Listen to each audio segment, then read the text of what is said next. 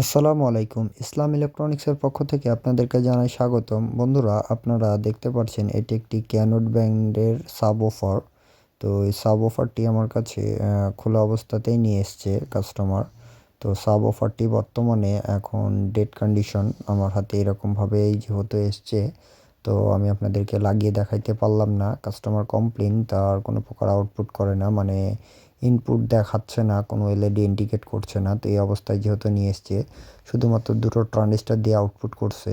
তো এটিতে একটি 12 ভোল্ট ডিসি ঢুকে 30 0 30 মানে 30 0 30 একটি ট্রয়েডল ফ্যারাইট কোড দিয়ে সুইচিং করানো হয়েছে। তো এইটি তার আপনারা চোখে দেখতে পাচ্ছেন কিছু ফিজিক্যালি ড্যামেজ হয়ে গেছে। তার ইনভার্টার সেকশনটাই পূর্ণাঙ্গ ড্যামেজ বিদায় সে এখন বর্তমানে ডেড কন্ডিশন। তো কিছু জং মরিচাও পোড়া দেখা যাচ্ছে উপর দিয়েও। তো আমি একটু খুলে নিয়ে আপনাদেরকে দেখানোর চেষ্টা করি কি কি প্রবলেমের কারণে এই সমস্যাটি দেখা দিছে। তো যেহেতু চোখে দেখা যাচ্ছে উপর থেকেই IRF Z44গুলো মেবি এখানে লাগানো থাকে। আমি এর আগেও এই সেম ব্র্যান্ডের কাজটা করছি।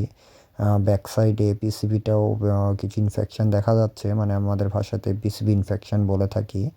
তো এইভাবে প্রবলেম। তো বন্ধুরা, এই যে দেখুন কিভাবে তার মসপেটগুলো ফুটে গেছে, কিছু ট্রানজিস্টারগুলো ফুটে গেছে, কিছু জং মরিচার কারণে অ্যাকচুয়ালি মেবি এই সেটটি ডেড কন্ডিশন হয়ে গেছে। তো ইনশাল্লাহ তাকে সমাধান করব। দেখেন কত সুন্দরভাবে TL494 একটি আইসি দিয়ে তার অসিলেটর সেকশনটি কমপ্লিট করছে, এবং অসিলেটর সেকশনটি কমপ্লিট করে সে 30 0 30 আউটপুট করে ট্রানজিস্টারকে সুইচিং করে অ্যাম্প্লিফিকেশনের কাজটা করাচ্ছে।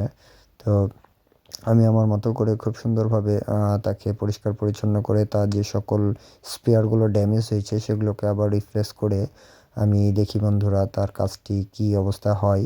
এবং দেখা যাচ্ছে তার অ্যাম্প্লিফিকেশনের সেকশনটুকু পূর্ণাঙ্গ মেবি ভালো আছে, কোনো প্রকার ড্যামেজ হয়নি। শুধুমাত্র তার ইনভার্টার সেকশনটি তার ড্যামেজ হয়েছে বন্ধুরা।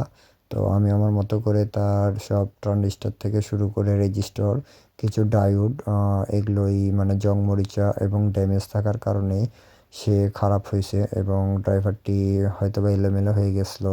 তো এখানে আরেকটি ট্রানজিস্টার আছে, এই ট্রানজিস্টারটিও তার ড্যামেজ হয়ে গেছিলো।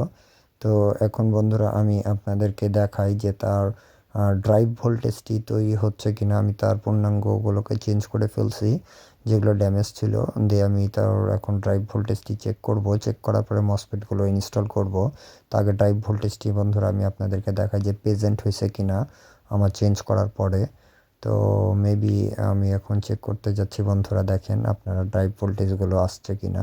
তো এই যে গেট আর সোর্সে আমরা মিটার ধরলেই ড্রাইভ ভোল্টেজটা আমাদেরকে দেখাবে। তাই বন্ধুরা চলে এসছে এক সাইডে ড্রাইভ ভোল্টেজ, কোনো সমস্যা নাই। আরেক সাইডে দেখেন ড্রাইভ ভোল্টেজ আমার ইনশাল্লাহ চলে এসছে। এই যে বন্ধুরা, দুই সাইডে ড্রাইভ ভোল্টেজে আমার জেনারেট হয়েছে। সেক্ষেত্রে আমি মসফেট ইনস্টল করতে পারবো, কোনো প্রকার সমস্যা হবে না বিধায় আমি আশাবাদী।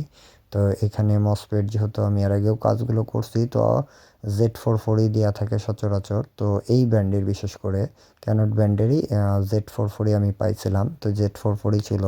তো ক্যামেরাতে খুব ছোট আকারে আসছে, এই যে বন্ধুরা Z44 মসফেট ছিল। তো বন্ধুরা এবার আমি তার মসফেটগুলো লাগিয়ে স্পিকার লাগিয়ে আমি আপনাদেরকে দেখাই।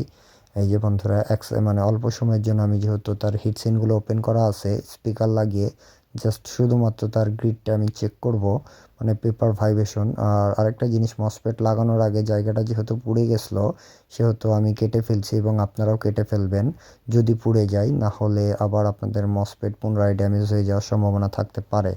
আমি এখন তার গ্রিড ভোল্টেজটা খুব অল্প সময়ের জন্য চেক করব। দেখেন তার ছোট্ট পেপারে ভাইব্রেশন দেখেন বন্ধুরা। তো অ্যাকচুয়ালি সাউন্ড আমি দিতে পারিনি বলে দুঃখিত। এই যে তার গ্রিডটি আমার প্রেজেন্ট হয়েছে, মানে তার অ্যাম্প্লিফিকেশনটি 100% ওয়ার্কিং করছে। যেহেতু ফিজিক্যালি দেখা যাচ্ছিল তার অ্যাম্প্লিফিকেশনটি পূর্ণাঙ্গ রানিং আছে। এবার আমি তার বড় স্পিকার ইনস্টল করলাম বন্ধুরা। অসাধারণ বেস বন্ধুরা, বলে বোঝাইতে পারবো না, মনে হচ্ছে যে ধারণার বাইরে এত পরিমাণ বেজের প্রেশার। অ্যাকচুয়ালি জানি না কেন গাড়ির মধ্যে এত হাই সাবওফার লোকে কিভাবে ব্যবহার করে। আমার জ্ঞানে মনে হয় যে বোকামি। তো যাই হোক, এক একজনের এক এক ধরনের পছন্দের ব্যাপার থাকে। তো আমি আর এই ব্যাপারে কথা বলছি না, এই অ্যাম্প্লিফায়ারটা দিয়েই যারা কাজ করে থাকে। তো আমি এখন তার বেসটা চেক করছি, 12 ইঞ্চি স্পিকারকে বন্ধুরা কী পরিমাণ প্রেশার দিয়ে পিটাচ্ছে আপনারা দেখতে পারছেন বন্ধুরা। তো খুবই হাই প্রেশারে মানে volume low pass filter pass করাচ্ছে দেখেন বন্ধুরা। আপনারা দেখতেই পাচ্ছেন চোখের সামনে পেপারের ডাইফোম লড়াটা কত পরিমাণ প্রেশার দিয়ে লড়াচ্ছে একটা কত বড় স্পিকারকে। তো ইনশাল্লাহ বন্ধুরা কাজটি আমার সাকসেস। আসসালামু আলাইকুম।